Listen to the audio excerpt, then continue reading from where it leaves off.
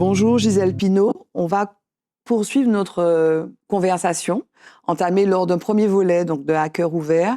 On a abordé l'ensemble de ton œuvre, hein, tu as décrit un peu ce qui t'animait, et notamment ce thème transversal qui est celui du départ, de la migration, du voyage, qui est contraint ou qui ne l'est pas, et puis aussi ton rapport à l'écriture, en tout cas la genèse de ce rapport-là, qui a été marqué notamment par ton premier livre écrit, que tu as reproduit sur 10 exemplaires quand tu avais 10 ans.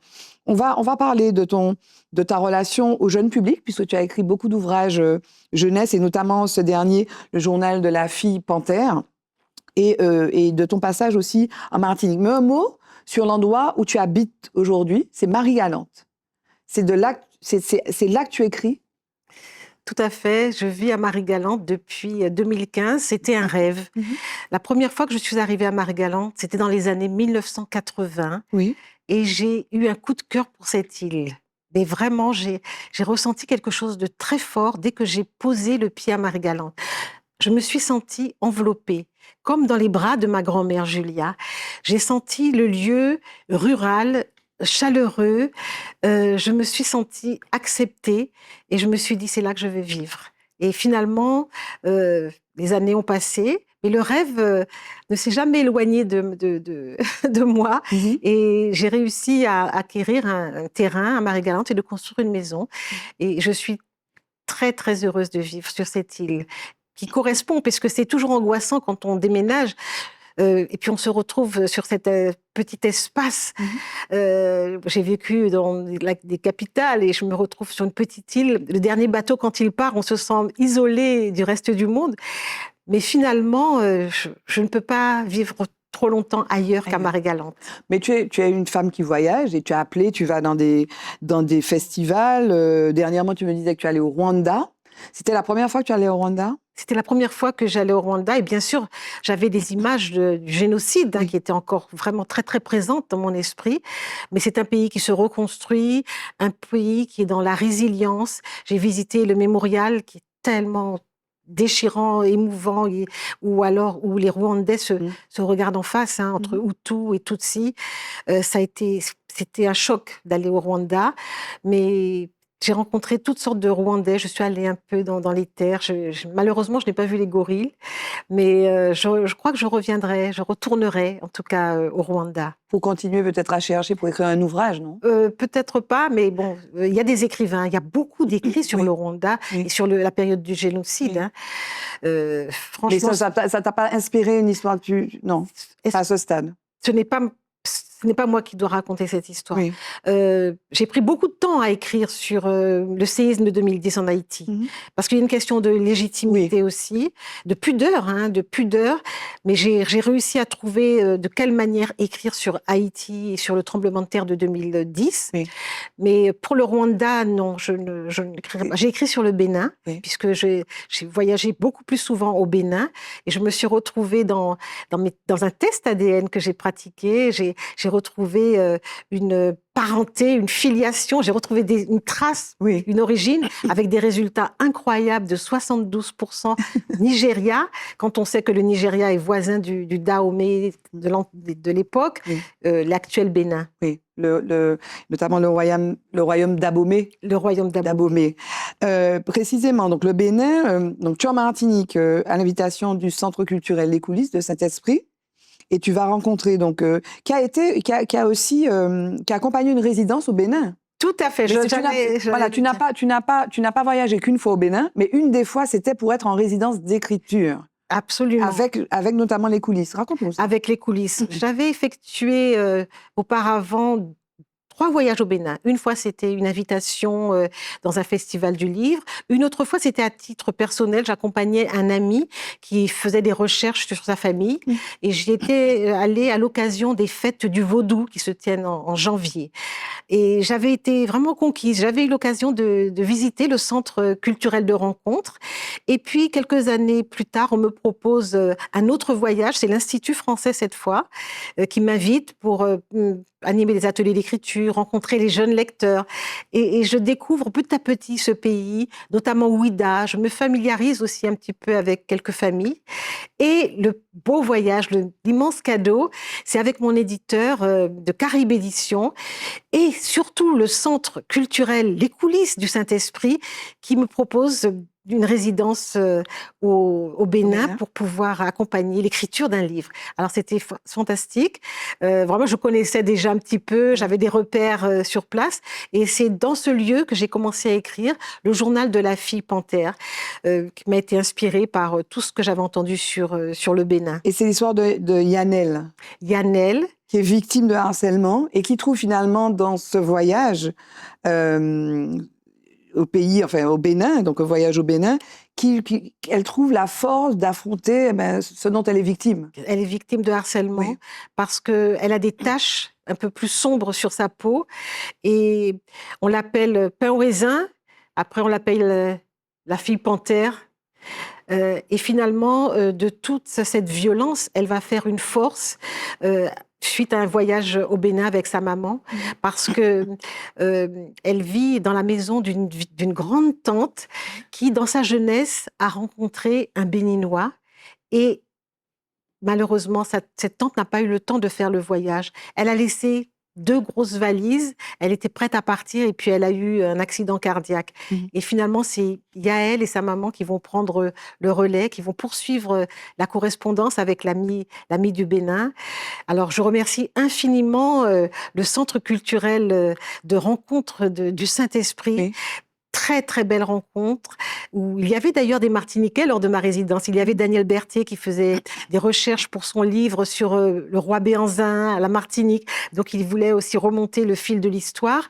C'était une très, très belle résidence. Et actuellement, je suis dans la maison des Écritures au Saint-Esprit. Une maison qui est ancienne, qui a été restaurée. Et j'ai inauguré aujourd'hui cette maison des Écritures. Voilà, c'est une résidence pour les auteurs, les autrices. Extraordinaire. Formidable. Sur ta relation avec le jeune public, pourquoi tu écris pour le jeune public? Alors, et qu'est-ce que tu trouves dans cette écriture que tu n'as pas par ailleurs? Oui, alors, écrire pour les jeunes lecteurs. Quand j'ai commencé ma carrière d'écrivaine, finalement, je ne savais pas que j'allais écrire pour le jeune public. En 1987, j'ai participé à un concours de nouvelles et à cette occasion, j'ai rencontré de grandes autrices, Maryse Condé et Simone Schwarzbart. Et je commençais à publier, mais non, je ne commençais pas à publier. J'avais déjà écrit, mais j'avais soumis mes textes à Maryse Condé. Elle m'avait dit, oh là là, 400 pages, Gisèle, tu peux faire 2 livres avec ça. Et un jour, elle me dit, écoute, écris pour les jeunes. Il y a un jeune éditeur qui cherche des textes destinés aux jeunes lecteurs de Guadeloupe et de Martinique, mais également d'Afrique francophone. Est-ce que tu pourrais écrire une histoire, un roman pour la jeunesse? Et j'ai écrit Un papillon dans la cité, et ce livre a été plébiscité. Il a été publié pour la première fois en 1992, et aujourd'hui encore, mais il est réédité chaque année. Je dois t'avouer que c'est mon best-seller. Oui. Il est étudié dans les universités américaines. Extraordinaire. C'est un livre qui est étudié pour les lecteurs qui vont lire un livre entier en français. Alors, j'anime des visioconférences. Je rencontre des étudiants à Philadelphie, au Texas, à Washington, et qui m'interrogent dans leur classe de français sur Un papillon dans la cité. Je prends beaucoup de plaisir à écrire pour les jeunes lecteurs. C'est autre chose qu'un roman, mais pourtant, il y a quand même cette exigence de qualité, de profondeur, de dire quelque chose d'intéressant qui va faire réfléchir les lecteurs.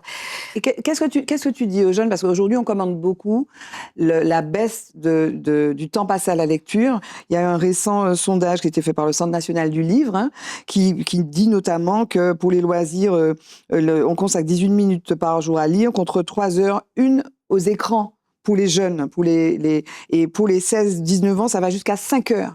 18 minutes pour la lecture, pour le loisir, pas des choses qui sont commandées par l'école, contre 5 heures pour les 16-19 ans. Qu'est-ce que tu dis à ces jeunes, à ces enfants qui sont happés par d'autres activités? Qu'est-ce que tu arrives à leur dire? Parce que tu les rencontres, tu vas les rencontrer. Je les rencontre. Oui. Je les rencontre régulièrement dans les écoles, dans les classes, dans le primaire, dans le secondaire. Je les rencontre et je salue le travail qui est fait par les enseignants, qui proposent le livre, qui font des lectures suivies, qui font des séances de lecture à haute voix, qui se battent pour donner le goût du livre. Franchement, il n'y avait pas tous ces enseignants vraiment dévoués au livre et des enseignants qui ont conscience de ce combat qui est titanesque contre les écrans. Moi-même, je m'en rends compte. J'ai mes propres petits-enfants qui me disent « Mamie, tu nous achètes pas de livres pour les anniversaires. » Ils ont eu les tiens? Mes petits-enfants me disent « Mamie, je dis, mais je vais vous offrir des livres parce que je suis écrivaine. Je vais continuer à vous offrir des livres. » Ils veulent du numérique. Alors, qu'est-ce qu'on peut comme ça? Mais je ne sais pas. Je ne sais pas. Je le vois. Je vois une désaffection pour la lecture. Je vois de magnifiques médiathèques et ceux qui fréquentent les médiathèques sont devant des écrans. Alors après, ce que dit aussi ce sondage, c'est que il faut l'exemple de la lecture. Parce qu'on parle des jeunes qui écrivent, qui lisent moins, mais d'autant plus si leurs parents ne lisent pas. Et donc, il y a une... Voilà, mais bon... Il y a une disparité terrible parce qu'effectivement, dans les familles où les parents sont des lecteurs, où les écrans sont quand même rationnés, eh bien, il y a des enfants qui, quand même, je ne veux pas voir tout de façon très sombre, il y a quand même des jeunes qui aiment lire encore, mais il faut qu'ils soient stimulés par leurs parents. À quoi ça sert de dire à son enfant « Prends un livre, va lire quand on est tout le temps devant son écran et qu'on n'ouvre jamais un livre ?» C'est un exemple, en fait. Les enfants ont besoin de modèles.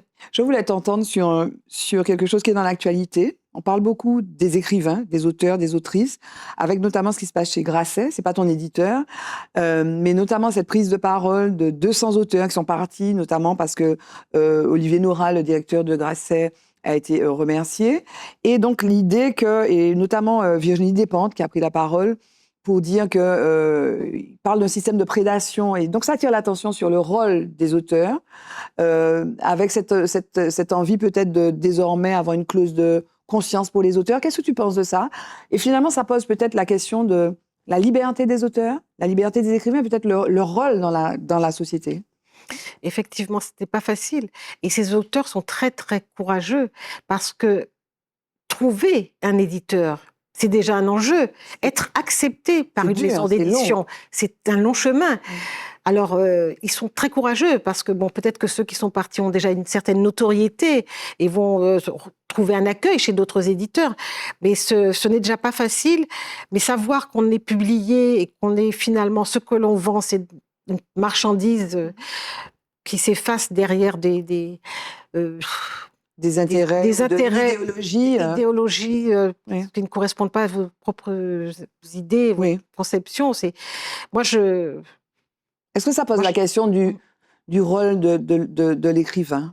L'écrivain, c'est un personnage public qui délivre un message, même s'il considère, c'est quelqu'un qui s'engage, rien que par ses écrits, tout ce qui est écrit dans un livre, ça dit quelque chose, même si ce n'est pas vraiment explicite, mais ça dit quelque chose, parce que ce qui est lu va faire son chemin dans la conscience, dans l'esprit de lecteur et de la lectrice.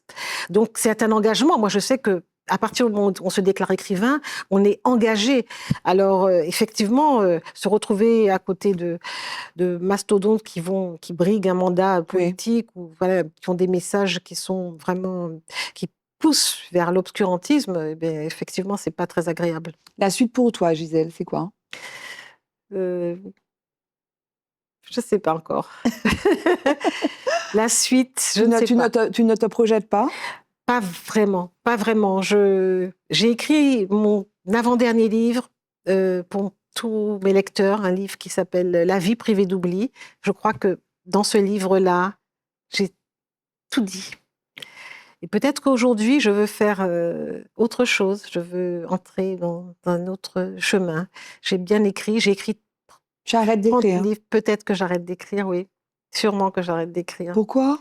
Parce que j'ai envie de faire autre chose de mes journées. Qu'est-ce que tu veux faire? Je veux peut-être rester je ne veux plus être peut-être dans cette discipline d'écriture. Parce que c'est une discipline. C'est une discipline, c'est 7h du matin à 13h et tous les jours et oublier un peu les autres et se consacrer, ne pas se consacrer à sa famille. Est-ce que le temps qui passe, c'est quelque chose qui est présent? Il y a peut-être urgence, parce que quand on a 70 ans, je me dis, bon, 80 ans arrivent tellement vite, tout est passé, la vie est passée très vite. J'ai eu la chance de pouvoir remplir cette vie, ces 40 dernières années où j'ai écrit 30 livres. Je laisse quand même quelque chose. Voilà, je suis d'une génération, des boomers. Et donc, je regarde un petit peu le monde, je regarde l'état du monde, je regarde la violence du monde, je regarde ce monde qui va très très vite et où les valeurs ne sont plus tellement là, où tout est commerce. Et je me dis, bon, je vais penser à moi maintenant. J'ai déjà écrit, j'ai déjà tendu la main avec mes livres, j'ai laissé quelque chose. Et voilà, je vais peut-être être un peu plus dilettante. Regarder la mer à Marie-Galante. Prendre le temps, être au rythme de Marie-Galante. Le mot de la fin, ce sera quoi, Gisèle Pineau? Je souhaite le meilleur aux jeunes qui arrivent dans ce monde.